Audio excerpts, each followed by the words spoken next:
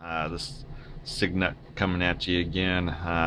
Last time here, heading home tomorrow, packing everything up. But I wanted to discuss a few things about emergency communications. You know, this shit hit the fan communications, and I was kind of putting some notes down on paper, and you know, it this may, may be implied, but I don't think I've ever seen anyone put it out there. And I think this paradox, or this paradigm, whichever one you want to choose, is kind of a important concept to kind of understand. And I know most of us kind of get it, but when it helps us break down the understanding the components that we might be facing in different scenarios. And so, what I wanted to cover today is kind of going to call it the Signet Turd factor paradox. So what I'm saying is that as the turd factor increases, the available infrastructure decreases, but at the same time our communication needs are going to increase. And so this paradox, it not only applies to communications, talking about weapon systems. We could talk about water. We could talk about mobility,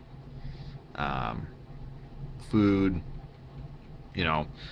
So, but today we're gonna stick to the communication. So, when we talk about the turd factor, it's important to identify the different components in your area. You can't prepare for you shouldn't prepare for just one. You should be taking a holistic approach and kind of identifying the different emergency situations that you might be encountering. And so I kind of broke them out into the human-induced and the natural calamities. And so, things that we've seen in our lifetime, we're talking about the riot, nuclear, chemical, biological, either weapon employment or just a nuclear disaster, chemical disaster, biological disaster. And as far as the natural calamities, things we've seen are blizzards, earthquakes, depending on your area, tornado, hurricanes, tsunamis, volcanic activity. But as we go down the line here, things that this generation hasn't seen in a long time, we're talking about, civil war, whether the triggers be political, economic, or even an invasion. We, at least my American subscribers, haven't seen this. Only those who have been overseas have seen anything close to civil war and invasions, those types of situations. So we're talking to a generation, talking about a society that really hasn't seen these, and hopefully won't in our lifetime. I personally wouldn't like to, but and then we also have natural calamities that the earth hasn't seen in 10, 15,000 years, 100,000 years.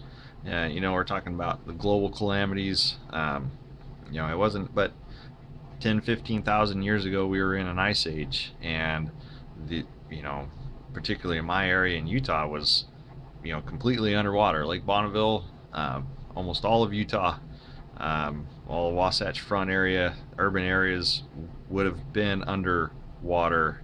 And we talk about meteors. We haven't seen a large-scale meteor collision in 100,000 years. Something big time.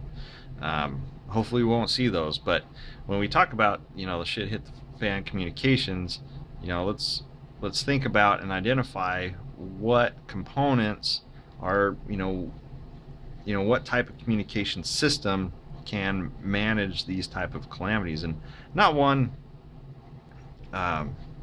any one type of system will meet your needs. So when we talk about the available infrastructure, and as it degrades, the initial I first put training on there, but then I realized no, the initial purchasing and acquisition of the equipment will go first. When the calamity hits or the emergency hits, First thing to shut down is the commerce. You know, you're not getting your radio needs met. But the close second is the training. You know, and that's where a lot of the preppers, I think, well, not all of them, but I would say I've seen a fair amount of YouTubers suggest buying amateur radio equipment and using it in a shit hit the fan situation and not worrying about, you know, getting your license, because in said calamity the FCC won't be there to regulate. Well, that may be true in a very